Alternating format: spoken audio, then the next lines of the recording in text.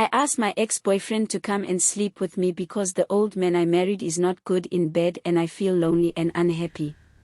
My name is Thandika.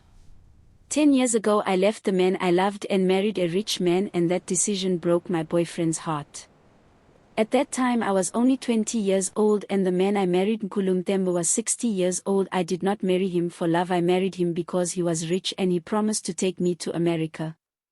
My boyfriend's name was Sibusiso and he was the same age as me. We were in our final year at the University of Johannesburg when I left him and married Nkuluthemba, who was a billionaire businessman.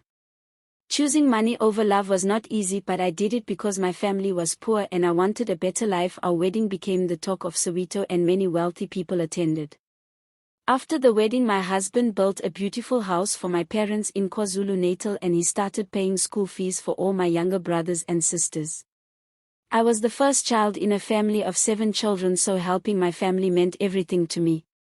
Soon after the wedding we moved to America and started our new life there. Today I am 30 years old and my husband is now 70 years old.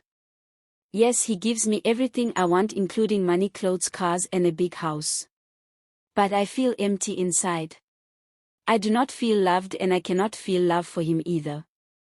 The worst part of our marriage is that he cannot satisfy me in bed because he is now an old man. For 10 years I have lived with this frustration and loneliness. Recently I decided that I could not pretend anymore. Last week I finally called Sibusiso, the man I truly loved. When he answered the phone he sounded surprised but also happy to hear my voice again. I told him that leaving him was the biggest mistake of my life. I explained that my husband could not satisfy me and that I had been suffering for 10 years. I told him that I was ready to bring him to America and that I would pay for his visa and flight. Sibusiso asked me why he should accept my offer after I abandoned him for a rich man. He reminded me that I chose money instead of love. His words hurt, but I knew he was telling the truth. I apologized to him and told him that I was ready to leave my husband and marry him instead. I also promised to help him start a new life in America. Sibusiso then asked me where I would get the money because my husband controls everything.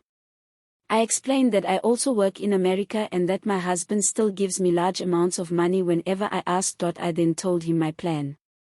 I said that if he came to America I would divorce my husband and claim part of his wealth. I even told him that the court might give me half of my husband's fortune.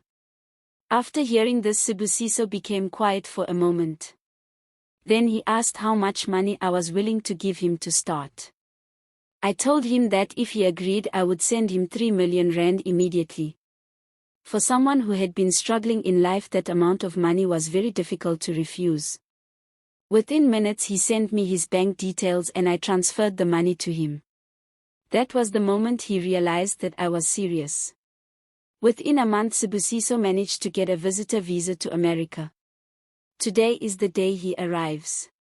Right now I am standing at the airport waiting for him. My heart is beating fast because I cannot wait to see him again. But if my husband finds out what I have done, then serious trouble will begin. Episode is 2 coming soon.